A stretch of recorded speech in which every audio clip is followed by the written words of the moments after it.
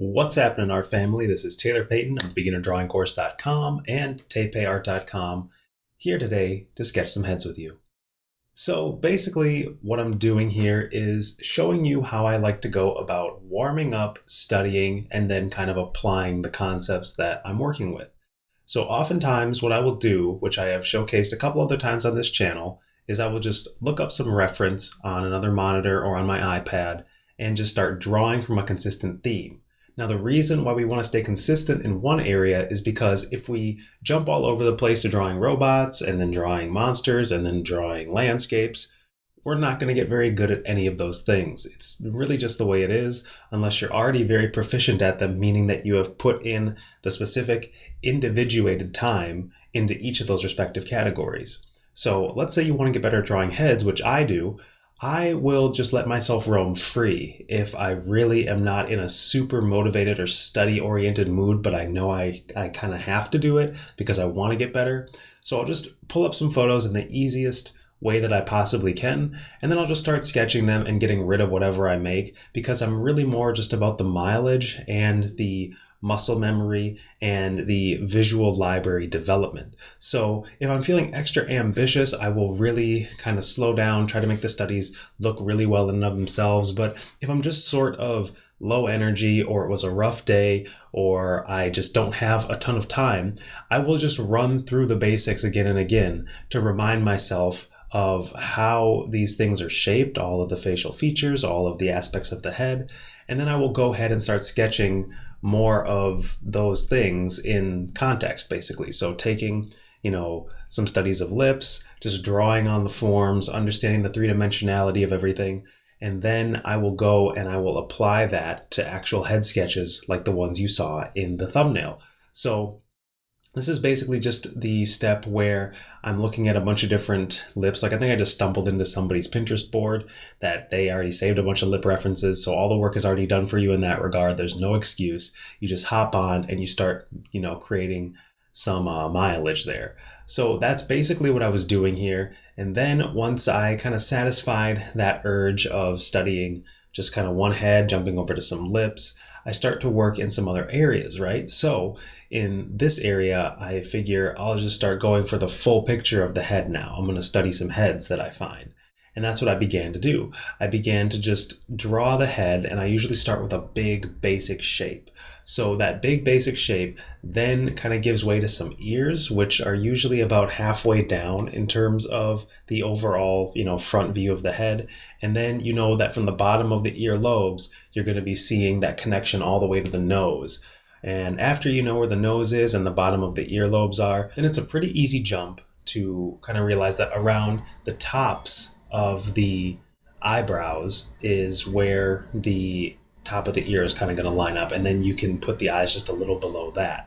It's really something that you kind of got to get a feel for by drawing lots and lots of heads, which is why it's good to just have the practice mentality, not the result mentality. I'm going to just do some mileage and be conscientious of all the different pieces and how they are kind of forming together proportionately as you're drawing. So here's one head. It was a very kind of crying, sad-faced lady. And like I said, I'm not too concerned with how good these look at this point. I just really want to get the gestural aspect in. Like I said, there's some days I am feeling really lazy. I really don't want to study. And there's a lot of artists that will even go so far as to tell you just to not study unless you have a really deep, important purpose for it. And I respect that modality as well. For me, I know that if I don't feel like doing it, or if I can't think of that huge purpose for doing it, then I'm just not going to end up doing it. And so I won't continue to get better. The reason why I've been able to bring my skills up over time is because I do a lot of crappy drawings that are studies, a lot of kind of lame and boring and just kind of run through the process stuff, because I know that the fun stuff is easier to do if I go through the boring stuff. If I just sit there and sketch out the head and various planes of the head, and I, grab some photos, even if I'm not super engaged by them, I know that as I build, more of a flow in the process, more of a flow in the study process, I'll gradually become more engaged as well. It's sort of a myth that when you think about passion and like, oh, I gotta just do only what I'm passionate about. That is a recipe for most people to kind of bring themselves into a really small realm of action or a really small realm of activity. Because if you're only looking for stuff that gives you that huge inner light, I can basically just tell you that in most cases, the candle that burns twice as bright burns twice as fast. So you really have to kind of take it easy and move forward in a way that feels cohesive to you. And for me, and when I'm studying heads and I'm thinking about heads, I just want to look at some shapes and replicate those shapes in their relationships. I don't really care much about style at this point. I just want to know that as I draw these things, I'm forcing myself slightly out of my comfort zone. And that's exciting enough for me because I don't often draw these mouth shapes. I don't draw a lot of crying faces. I don't draw heads from that angle where the guy's like,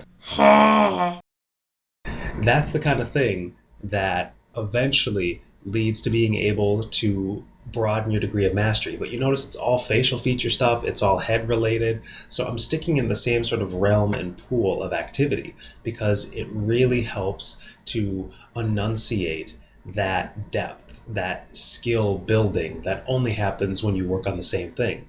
Now, there are broader problems I'd like to discuss in regards to that, in regards to taking yourself deep on one subject of art or in one style or in one path.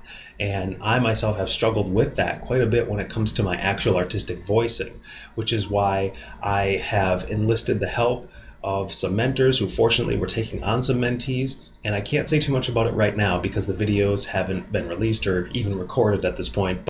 But I'll say just be on the lookout for those because I will be linking them in the YouTube channel in the community section. So just be sure to look out for that. It's going to be really interesting, really fun, and I won't spoil too much of it for you, but you can watch them live or watch the replay later. At any rate, when it comes to drawing heads, after I've already gone through a couple of studies, even if they were fairly rote, fairly mundane, I'm not just copying, I'm still, taking stuff in. Then I decide to draw some heads from imagination, which for me is always a little more fun. I'm not going to lie. I really have to be deeply inspired by a reference, and I kind of want to make a finished piece from it if I'm going to go super all in on it. Otherwise, to me, it's just a means of study. It's a means to an end.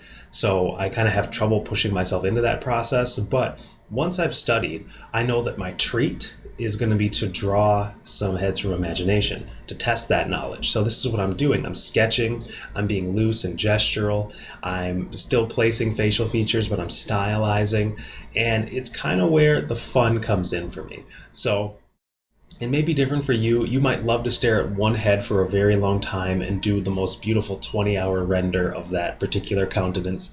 For me, I like to sketch a whole page. I like to have a lot of volume and a lot of interesting different facial features and characteristics and shape design, and even a little bit of what the character might be through the outfit. So that's basically how I like to sketch my heads out. Is I start with the nice big shape of the head, and then I start to usually align some ears or some eyes first, and then I start to place the other features based on that. Sometimes when I'm studying, I will draw those features in isolate like you saw with the lips, or sometimes I'll do it with eyes, but oftentimes I will just go and do photo studies of the full head, noting the proportions in my mind, figuring out how to construct them, because I'm playing with process really.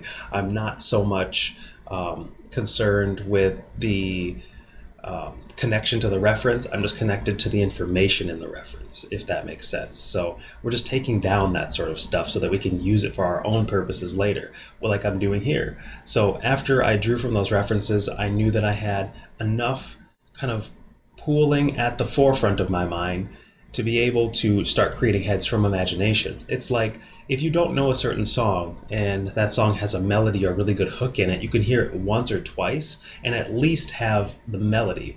But maybe you need to hear it 4 or 5 times to understand the drum pattern or the bass. But we're basically just dissecting things as we go and as we put them into practice and then using them for our own creative purposes. Everything is a remix. And if you get really good at memorization and taking stuff into your being and getting really good at digging into the process, then you'll be able to take what you've memorized and reformat it and export it in your own way, which is ultimately my goal for you.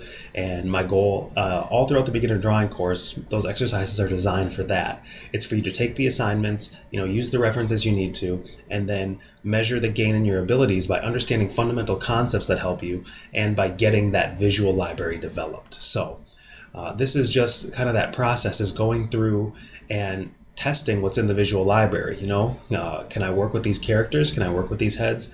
What is working about these? What isn't?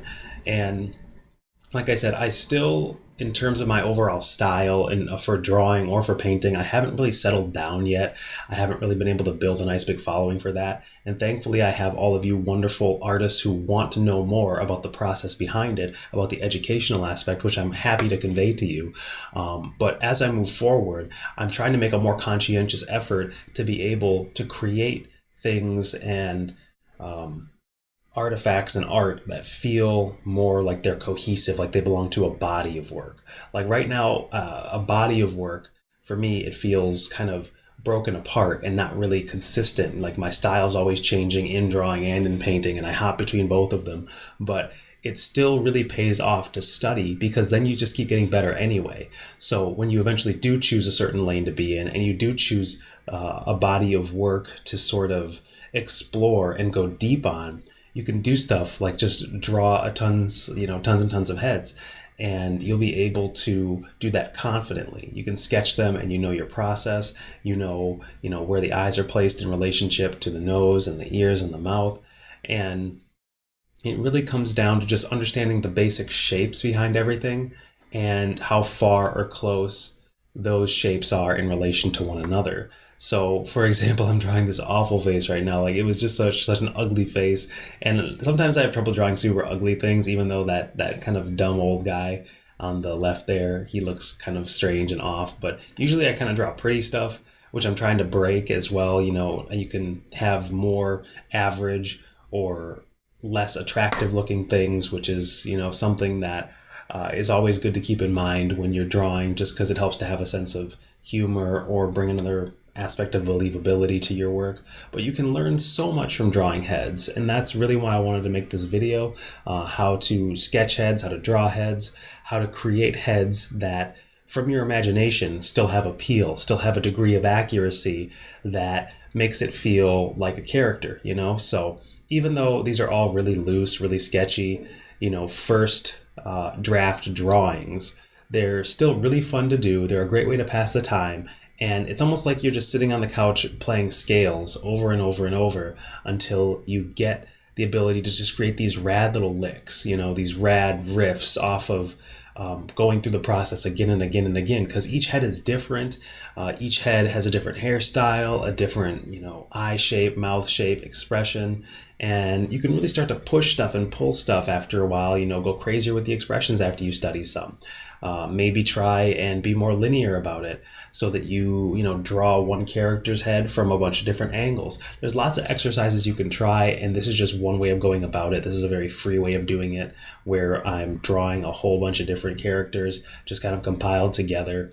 And I didn't end up filling this whole page because I went off to do more studies after this, which I also recorded, which I will show you later, the process behind those. We'll get more into full body stuff. But for now, I want you to think about how you're going to approach drawing your heads, how you can start with the big shapes, place the features relating to one another, and think about the shape that each thing makes. What are the shapes of the eyes and the eyelids and the spheres of, or the spheres that are eyeballs, and how they sit inside the skull. All of these things will help you to create more believable stuff from your imagination. And it really, at the end of the day, is about getting better little by little and giving yourself the opportunity to explore and express and learn and share and grow. So again, I'm Taylor Payton. If you want to check out the beginnerdrawingcourse.com, I have courses on anatomy, on a beginner drawing course, courses on character drawing, all that good stuff. Even a massive Art Maxine bundle where I have all of my juiciest drawing, painting secrets that I've collected over the years in a humble multi-gigabyte collection for you. Anyway, Thank you very much. I hope you got something from this video. I really enjoy serving you. I enjoy serving up this content and teaching you guys as much as I can. Be on the lookout for more, and it will be really, really cool to see what you come up with after you've been able to apply some of these studies and methodologies and think about some of the things that we discussed in this video. If you liked it, give it a like and a thumbs up, or share, subscribe, all that good YouTube stuff. Thanks again, and I will see you in the next video. Take care and happy drawing.